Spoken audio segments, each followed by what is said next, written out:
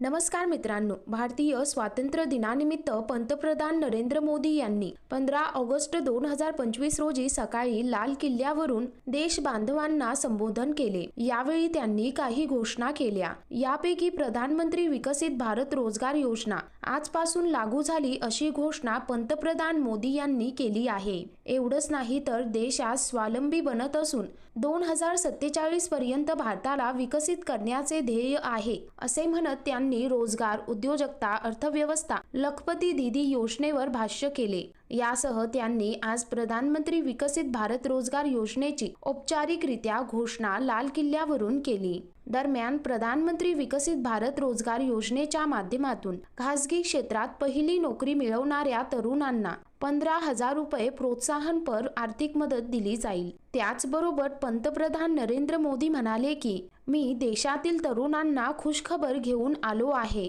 याद्वारे तरुणांना 1 लाख कोटी रुपयांची योजना सुरू करत आहे। एवढेच नाही तर देशाचे पंतप्रधान नरेंद्र मोदी यांनी घोषणा केली की आज 15 ऑगस्ट रोजी देशाच्या स्वातंत्र्य दिनाच्या औचित्यावर देशाच्या युवकांसाठी 1 लाख कोटी रुपयांची योजना आपण सुरू करत आहोत। त्याचबरोबर आजपासून प्रधानमंत्री विकसित भारत रोजगार योजना लागू होत आहे।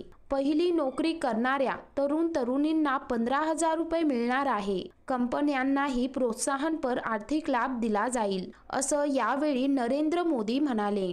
एवढेच नाही तर पंतप्रधान नरेंद्र मोदी पुढे म्हणाले, प्रधानमंत्री विकसित भारत योजनेद्वारे खासगी क्षेत्रात पहिली नोकरी मिळवणाऱ्या तरुणांना 15,000 रुपये मिळणार असून जवळपास 3.5 कोटी तरुणांना या योजनेचा फायदा मिळणार आहे।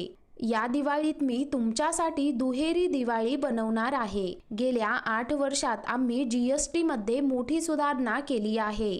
आम्ही पुढील पिढीतील जीएसटी सुधारणा आणत आहोत। यामुळे देशभरातील कराचा बोजा कमी होईल। त्याचबरोबर पुढे म्हणाले, भारतातील शेतकरी, मच्छीमार, पशुपालकांच्या हिताच्या विरुद्ध असलेल्या कोणत्याही धोरणासमोर मोदी भिंतीसारखे उभे आहेत। शेतकरी, पशुपालक आणि मच्छीमारांचे हित माझ्यासाठी प्राथमिकता आहे। त्यांचे विकासात मोठे योगदान आहे असं यावेळी नरेंद्र मोदी म्हणाले। तर मित्रांनो, एकंदरीत संपूर्ण प्रकरण पाहता तुमचं या संदर्भात काय मत आहे कमेंट बॉक्समध्ये नक्की सांगा।